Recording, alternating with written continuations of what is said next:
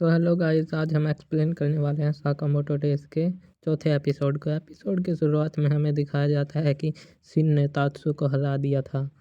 उसके बाद हमें दो और हिटमैन को दिखाया जाता है जिनका नाम बॉयड और उबिगुरो है। ये दोनों भी साकामोटो को मारने आए थे। उबिगुरो कहती है कि यहाँ तो बहुत भीड़ है, साकामोटो को मारकर जल्दी घर चलते हैं। बॉयड अब उबिगुरो पर चिल्लाता है कि वो चींटियों की लाइन पर पैर रखने वाली थी। बॉयड का रूल है कि वो अपने टारगेट के अलावा किसी और को नहीं मारता। बॉयड का चिल्लाना उबिगुरो को पसंद नहीं है, पर मन ही मन उसे वह बहुत हॉट लगता है। दूसरी तरफ हम लू को देखते हैं जो शिन की आंखों में आई ड्रॉप डाल रही थी। यह असल में जहर का एंटीडोट था जो कि तात्सुओ के पास से ही मिला था। साकामोटो अब उससे पूछता है कि तुम किसके लिए काम करते हो। तात्सु कहता है कि अगर मैं तुम्हें बता दूं तो क्या तुम मुझे जाने दोगे। लू अब जहर वाला नाइफ उसी के अंदर घुसा देती है और लू कहती है कि अगर तुम्हें यह एंटीडोट चाहिए तो फटाफट बोलना शुरू कर दो। तात्सु अब बोलता है कि उसे डोंडनकाई नाम की कंपनी ने हायर किया था। शिन बोलता है कि तुमने तो इतनी जल्दी सब बोल दिया। तात्सु कहता है कि मुझे अपनी जान प्यारी है, कंपनी से मुझे घंटा फर्क नहीं पड़ता, मैं तो बस कंपनी के लिए काम करता हूँ। तात्सु कहता है कि वो JAA का मेंबर है। लू पूछती है कि ये JAA क्या है। शिन कहता है कि जापानीज एसोसिएशन एसन, जो कि एक प्रोफेशनल हिटमैन कंपनी है। शिन और साकामोटो भी उसके मेंबर हुआ करते थे। जापान में करीब 400 प्रोफेशनल हिटमैन्स है। तात्सु साकामोटो से पूछता है कि क्या तुम सच में द ऑर्डर नाम की कंपनी का हिस्सा हुआ करते थे। तात्सु साकामोटो का रिएक्शन देखकर समझ जाता है कि द ऑर्डर नाम की कोई गैंग थी। तभी एओई और हाना भी आ जाती है जो कि तात्सु को एक्टर समझ रही थी। इसके बाद शिन कहता है कि हम यहाँ पर अगले एक्ट की रिहर्सल कर रहे हैं। इसके बाद ये लंच करने चले जाते हैं। तात्सु हैरान होकर पूछता है कि क्या तुम लोग मुझे मारोगे नहीं, जिस पर शिन कहता है कि हम पार्क में मज़े करने आए हैं, किसी का खून खराबा करने नहीं।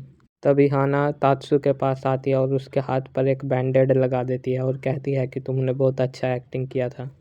तात्सु अब अपनी रस्सियाँ काट लेता है और कहता है कि ये लोग पागल है क्या। खैर, अब उसका उन्हें मारने का मन नहीं था। रोलर कोस्टर पर एक और राइड लेकर वो अपने घर चला जाएगा। खाना खाते समय शिन बताता है कि एंटीडोट की वजह से उसे चक्कर आ रहे हैं, पूरे दिन किसी का भी माइंड नहीं रीड कर पाएगा। लू साकामोटो से कहती है कि हमें घर चलना चाहिए। तभी यहाँ पर एओई आ जाती है।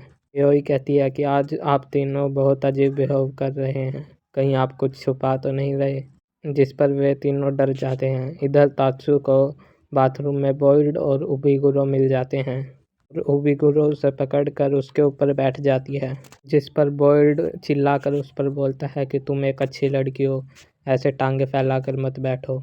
वो दोनों तात्सु को बताते हैं कि वो भी साकामोटो को मारने के लिए यहाँ आए हैं। उबिगुरो ने लेजेंड साकामोटो का बस नाम ही सुना था, वह साकामोटो से मिलने के लिए बहुत एक्साइटेड थी। उसके बाद उबिगुरो के चेहरे पर जो चोट लगी थी उसमें खुजली होने लगती है, जिस पर बॉयड कहती है कि क्या ये स्कार तुम्हें साकामोटो ने दिया था। बॉयड कहता है कि नहीं, ये तो मैं गिर गया था उसका है। ये दोनों भले ही मजाकिया लग रहे थे, पर तात्सु जानता है कि ये कितने खतरनाक है। पिछले साल इन्होंने बैल्कन इंसिडेंट में करीब 200 लोगों को मार दिया था। ये मार्शल आर्ट के मास्टर हैं और इन्हें डोंडनकाई के पावर कपल भी कहा जाता है। इन दोनों के सामने साकामोटो और शिन नहीं टिक पाएंगे। साकामोटो और बाकी लोग कहते हैं कि हम कुछ नहीं छुपा रहे, बल्कि हमें तो मज़ा आ रहा है। इसके बाद ये कई और राइड्स पर जाते हैं। ये खुली और भीड़ वाले इलाके में थे जहाँ पर किसी का मर्डर करना बहुत मुश्किल है। एओई कहती है कि अब हम हॉन्टेड हाउस में जाएंगे, जो देखकर तीनों डर जाते हैं, क्योंकि मर्डर करने के लिए इससे अच्छी जगह हो ही नहीं सकती। ये तीनों अंदर जाते हैं। लू को यहाँ पर बहुत ही ज़्यादा डर लग रहा था, जिससे लू एक बोतल निकाल कर पीने लगती है। वहीं बॉयड और उबिगुरो CCTV वाले रूम में बैठकर इन्हें देख रहे थे। हॉन्टेड हाउस में कई लोग भूत बनकर घूम रहे थे, पर इन पर एक ज़ॉम्बी हमला करता है जो कि एक हिटमैन था। साकामोटो डरने की नाटक करके तुरंत उसकी धुलाई कर देता है। उसके कपड़े में इन्हें हिटमैन लाइसेंस भी मिलता है। उबिगुरो साकामोटो से लड़ने के लिए बहुत ज़्यादा एक्साइटेड थी, लेकिन वो जानती है कि उबिगुरो बॉयल्ड का बहुत पुराना दोस्त है, उससे वही लड़ेगा। जिसके बाद उबिगुरो एक बोतल गटक जाता है और कहता है कि वो मेरा दोस्त नहीं है। जिसके बाद कहानी फ्लैशबैक में जाती है, जहां हम जेसेसी का ट्रेनिंग ग्राउंड देखते हैं। यहाँ पर बॉयल्ड पहली बार साकामोटो से मिला था जब वह 15 साल का था और साकामोटो 14 साल का। बॉयल्ड ने सुना था कि साकामोटो बहुत पावरफुल है, इसलिए वो उससे मिलने चला आया। दोनों इसके बाद दोस्त बन गए और साथ में टाइम बिताने लगे। अब वैलेंटाइंस डे पर बॉयल्ड साकामोटो से कहता है कि हम जैसे सिग्मा बॉयज लड़कों को लड़कियों से चॉकलेट नहीं मिलने वाली। लेकिन साकामोटो स्कूल की लड़कियों में बहुत पॉपुलर था, उसे स्कूल की लड़कियों की तरफ से बहुत सारे गिफ्ट मिले थे। वहीं हमें नागुमो को दिखाया जाता है, जिसे ठेला भर के चॉकलेट मिली थी। नागुमो साकामोटो से पूछता है कि ये तुम्हारे पीछे कौन है। साकामोटो कहता है कि पता नहीं। ये देखकर बॉयल्ड शॉक हो जाता है। फिर साकामोटो बॉयल्ड से कहता है कि अगर तुम्हें चॉकलेट चाहिए हो तो इनमें से उठा लेना। बॉयल्ड को लगा था कि साकामोटो हमारे जैसा है, पर साकामोटो तो सिग्मा बॉय है ही नहीं था। उबिगुरो को लगता है कि बॉयल्ड अब इस काम के बहाने साकामोटो से पुराना हिसाब चुकता करना चाह रहा है। जिस पर बॉयल्ड चिल्लाकर कहता है कि मुझे साकामोटो से कोई बदला नहीं लेना। इधर साकामोटो और शिन एक एक करके हिटमैन्स को हराते हुए जा रहे थे और उधर लू बहुत ज़्यादा डर रही थी। शिन उसका मजाक उड़ाता है कि तुम हाना को देखो, वो इतनी छोटी होने के बाद भी नहीं डर रही। वह बोतल निकाल के फिर से पीने लगती है। शिन उस बोतल को सूंघने लगता है और उसे पता चलता है कि यह दवा नहीं, इसमें तो अल्कोहल है। तभी इन्हें एक बंद दरवाज़ा दिखाई देता है। लू, जो कि नशे में धुंध थी, उससे वह दरवाज़ा खोल देती है। उस दरवाजे में से बहुत सारे ज़ॉम्बी निकलते हैं, जिससे यह लोग अलग अलग हो जाते हैं। फिर भीड़ से बॉयल्ड बाहर आता है, जो साकामोटो को टक्कर मारता है, जिससे वह दीवार तोड़ के दूर जाकर गिरता है। साकामोटो उस पर एक ID कार्ड फेंक कर मारता है, जिससे बॉयल्ड बच जाता है और बॉयल्ड साकामोटो से पूछता है कि क्या तुम्हें मैं याद हूँ। साकामोटो कहता है कि नहीं, मेरी फैमिली कहाँ है। बॉयल्ड कहता है कि आज के बाद तुम मुझे ज़रूर याद करोगे। इतना कहकर उसे आंसू आ जाता है।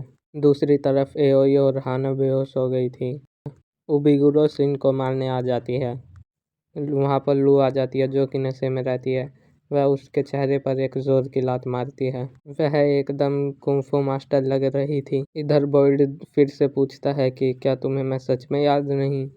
साकामोटो फिर से मना कर देता है और बॉयल्ड कहता है कि मुझे तुम थोड़े ही याद हो और तुम्हारी फैमिली खो गई है तो खुद ढूंढ लो। साकामोटो अब गुस्से में उसे मारने आता है, पर बॉयल्ड साकामोटो के मुंह पर एक बम फेंक कर मारता है। साकामोटो अब उसे एक लात मारता है, लेकिन बॉयल्ड उससे भी बच जाता है और कई सारे बम साकामोटो की ओर फेंकता है। अब बॉयल्ड साकामोटो को एक जोरदार पंच मारता है, जिसकी आवाज़ दूसरी तरफ उबिगुरो को भी आती है। उधर लू फिर से उसे पंच मारने जाती है, पर उबिगुरो उसका पंच पकड़ लेती है और उसके बाल पकड़कर कहती है कि तुम्हें इससे बेहतर करना होगा।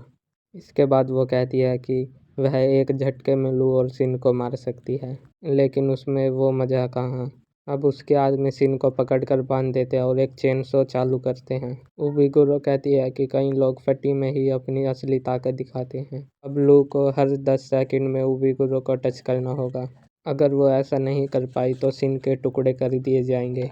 अब लू रोते हुए कहती है कि मुझसे तो ये हो नहीं पाएगा, शिन तुम्हारे तो लग गए। अब बॉयल्ड साकामोटो से कहता है कि तुम 5 साल से रिटायर हो, तुम दोनों के बीच में 5 साल का एक्सपीरियंस है, इसीलिए साकामोटो कमज़ोर पड़ गया। साकामोटो फिर से उसे पंच मारने की कोशिश करता है, पर बॉयल्ड फिर से उसके मुंह पर बम फेंक देता है। उसके बॉम्ब्स रबड़ की तरह बाउंस कर रहे थे, लेकिन साकामोटो इसके बारे में भी भूल गया होगा। अब साकामोटो को याद आता है कि उसने जब बॉयल्ड ने उसे और नागुमो को बताया था कि उसने एक ग्लव्स बनाया है जिसमें वह डायनामाइट डालता है। और उसके धमाके से उसके पंच की स्पीड बहुत ज़्यादा बढ़ जाती है। इसका नाम उसने रॉकेट डायनामाइट पंच रखा था। साकामोटो मन में सोच रहा था कि ये क्या फुद्दू नाम है। तभी साकामोटो की नज़र उसके बॉम्ब्स के केमिकल कंपोजिशन पर पड़ती है। बॉयल्ड अप साकामोटो की धुलाई करते हुए कहता है कि वो उसके जैसे बनना चाहता था। तुम्हारे हर मिशन कमाल के होते थे, लड़कियां तुम्हें चॉकलेट देती थी, अब ज़रा अपनी हालत देखो, तुम कमज़ोर हो गए हो, अपनी फैमिली को भी प्रोटेक्ट नहीं कर सकते। इतना कहकर वो साकामोटो को एक ज़ोरदार मुक्का मारता है, जिससे साकामोटो बहुत दूर जाकर गिरता है। इसके बाद वो अपनी सिगरेट पीने लगता है, लेकिन इसके बाद उसे एक भयानक ऑरा महसूस होता है, जैसे कि उसे कोई कुत्ते की मौत मारने वाला है। साकामोटो अब धुएं से बाहर निकलकर उन सभी केमिकल के नाम लेता है जिनसे बॉयल्ड ने अपने बॉम्ब्स बनाए थे। अब साकामोटो कहता है कि अब मुझे सब याद आ गया बॉयल्ड, अब मैं पूरी ताकत से लड़ूंगा। और हम देखते हैं कि साकामोटो का अचानक ही वजन कम हो गया था और वो बिल्कुल पहले जैसा दिख रहा था। यह एपिसोड यहीं पर एंड हो जाता है।